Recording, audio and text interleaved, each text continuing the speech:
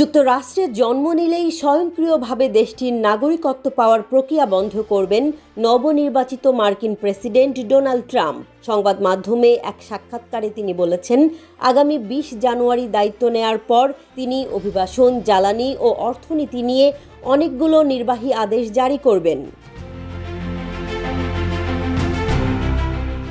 অভিবাসন প্রসঙ্গে Trump এনবিসির meet the প্রেসে দেয়া সাক্ষাৎকারে বলেছেন, তিনি নির্বাহী আদেশের মাধ্যমে তথাকথিত জন্মসূত্রে নাগরিকত্বের বিধান বাতিল করার পরিকল্পনা করছেন। জন্মগত নাগরিকত্বের বিধানটি মার্কিন সংবিধানের ১৪তম সংশোধনী থেকে রয়েছে।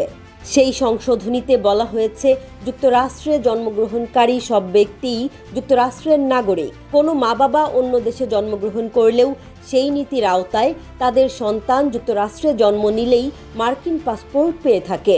ডোনাল্ড ট্রাম্প বলেছেন, সেই নিয়ম বদলাতে হবে।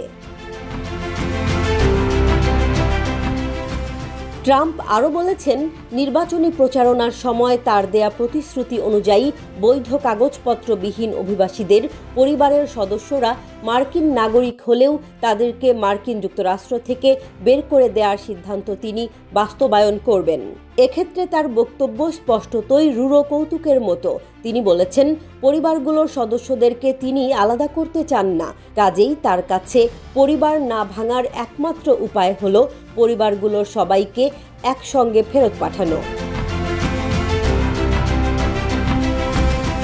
তবে যুক্তরাষ্ট্রে শিশু অবস্থায় আসা কিছু কাগজপত্রবিহীন অভিবাসীকে সহায়তায় ডেমোক্র্যাটদের সঙ্গে কাজ করার ইচ্ছা প্রকাশ করেছেন ডোনাল্ড ট্রাম্প। তাকে আরও প্রশ্ন করা হয়েছিল যে ২০২১ সালের ক্যাপিটল হিল দাঙ্গায় যারা দোষী সাব্যস্ত হয়েছিলেন তাদেরকে তিনি ক্ষমা করবেন কিনা। জবাবে ট্রাম্প জানিয়েছেন, প্রতিটি মামলা স্বতন্ত্রভাবে দেখা হবে। তবে প্রথম দিনেই তিনি খুব দ্রুত পদক্ষেপ নেবেন বলে সংবাদ মাধ্যমকে জানিয়েছেন। সাক্ষাৎকারে তিনি বলেন, অভিযুক্ত মানুষগুলো নরক যন্ত্রণা ভোগ করছে। উল্লেখ্য, ২০২০ সালের নির্বাচনে হারার ৩ মাস পর ট্রাম্পের সমর্থকরা মার্কিন কংগ্রেস ভবন ক্যাপিটলে হামলা চালায়। ডোনাল্ড ট্রাম্প এমন ইঙ্গিতও দিয়েছেন যে তিনি এফবিআই পরিচালক ক্রিস্টোফার এরেকে চাকরিচ্যুত করবেন। তবে তা কবে এমন কোনো সময়সীমা তিনি উল্লেখ করেননি।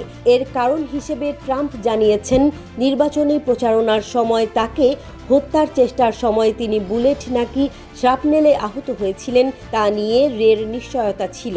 তিনি আরও বলেছেন যে কংগ্রেসের সে সকল সদস্য ৬ জানুয়ারির হামলায় তার ভূমিকার তদন্ত করেছিলেন। তাদের কারাগারে পাঠানো উচিত।